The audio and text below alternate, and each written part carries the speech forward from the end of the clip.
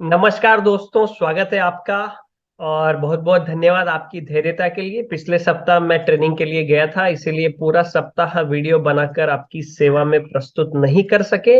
लेकिन now back to the work. So आइए, कल 10 सितंबर है, देखते हैं मार्केट कहाँ रह सकती है और हमें क्या करना चाहिए। बहरहाल पिछले सप्ताह शनिवार से जो युद्ध शुरू हुआ, आप सभी ने सुना होगा, जिसकी वजह से आज बाजार गैप डाउन ओपनिंग हुई। और गैप डाउन ओपनिंग होने की वजह से जो पैनिक था वो हमें देखने के लिए मिला। तो आइए देखते हैं क्या हो सकता है कल। सबसे पहले चलते हैं हम निफ्टी के पास।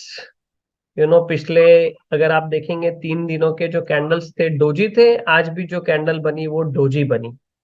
सेंटिमेंट जो है युद्ध की वजह से बिगड़ जाता है।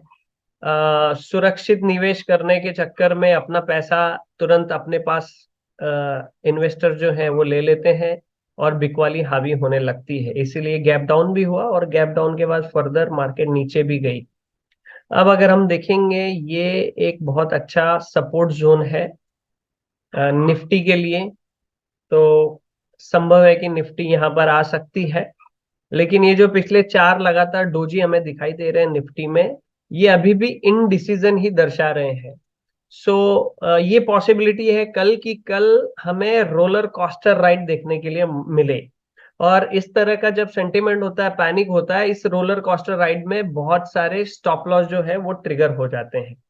ओके, डेटा भी हम देखेंगे, चेक करेंगे, बट बहरहाल हमें ये क्या संकेत यहाँ पर मिल रहे हैं वो देखने का प्रयास कर रहे हैं। सो ये वाली 19,235 250 की रेंज तक के वो आ सकती है, वोलाटिलिटी के साथ, ट्रेंडिंग विथ वोलाटाइल। कभी कभी मार्केट ट्रेंडिंग एंड क्वाइट रहती है, कभी कभी ट्रेंडिंग एंड वोलाटाइल रहती है। तो अभी ट्रेंडिंग एंड वोलाटाइल रहने की संभावना नजर आ रही है। सो देखते हैं बैंक निफ्टी में क्या दिक्कत है, क्या पोजीशन है। बैंक निफ्टी पहले से कमजोर था और अभी वो near to the support level आ गया है। वो निफ्टी में अभी आना बाकी है। और बैंक निफ्टी में तगड़ा गैप डाउन हुआ और क्लोजिंग भी उसकी पिछली 3 कैंडल डोजी थी, लेकिन ये वाली डोजी के जैसे नहीं दिख रही है। तो बैंक निफ्टी में यानी बैंकों के शेयर्स में प्रेशर जो है वो ज्यादा है। बहरहाल ये वो 43,700 वो लेवल है जहां से बाइंग पहले भी आ चुकी है, 2 बार हमें दिखाई दे रहा है। ओके, यहाँ पर भी एक बार आई, फिर यहाँ से अच्छी बाइंग आई, फिर यहाँ से अच्छी बाइंग आई। तो ये भी उसकी के नजदीक है। अगर ये टूटता है तो सीधा 42,500 के आसपास भी हमें बैंक निफ्टी नजर आ सकता है। अभी भी युद्ध का जो सेंटिमेंट है वो अभी फैलता जा रहा है। पहले वो थोड़ा सा सीमित नजर आ रहा था, लेकिन अगर वो फैलता है, बढ़ता है, तो फिर हम यू नो काफी नीचे तक मार्केट को देख सकते हैं। एंड बी रेडी, अगर काफी नीचे गिरती है तो इन्वेस्ट करने का जो सिलसिला है वहां से हम शुरू कर सकते हैं। बॉटम पे हमें अपॉर्चुनिटी मिल सकती है। इसीलिए कल के लिए क्या करना चाहिए, स्ट्रिक्ट स्टॉप लॉस फॉलो करना चाहिए, इंट्राडे को अवॉइड करना चाहिए। और अगर आप किसी ट्रेड में बने हैं शॉर्ट साइड के, तो स्ट्रिक्टली एसएल को फॉलो करना चाहिए। मे बी वोलाटिलिटी की वजह से गड़बड़ भी हो सकती है।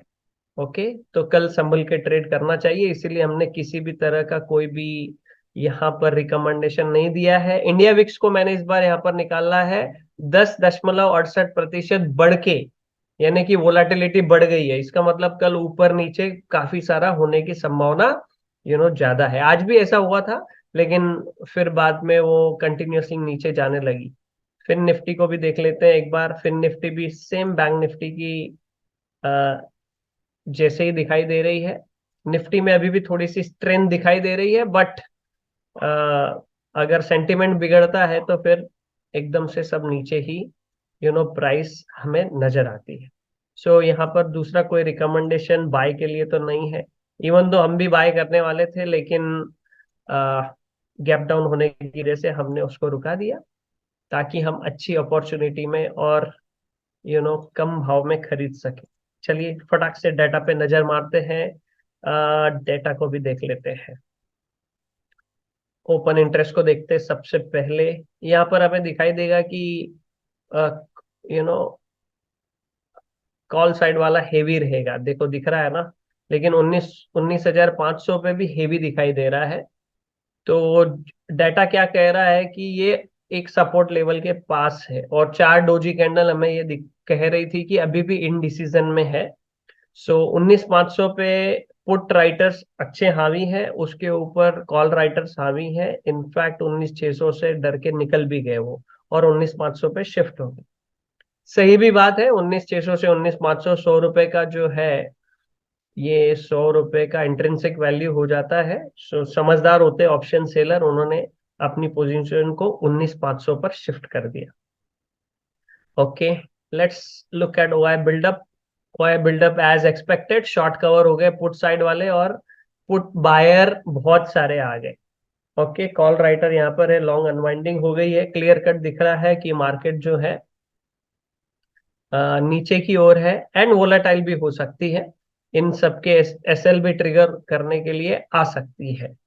एंड बैंक निफ्टी को देखें क्या पोजीशन है, बैंक निफ्टी में भी कुछ वैसा ही होगा।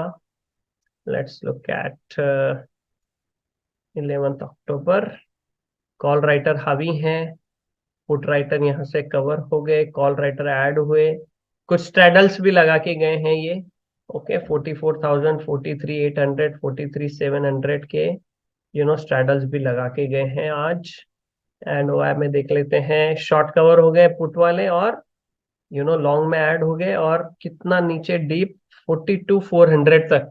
हमने अभी बात की 42,500 की, 4200, 42,400 के कॉल शॉर्ट करने की हिम्मत आ गई है इनमें। वाह, क्या बात है, in the money call short करके रखे हैं।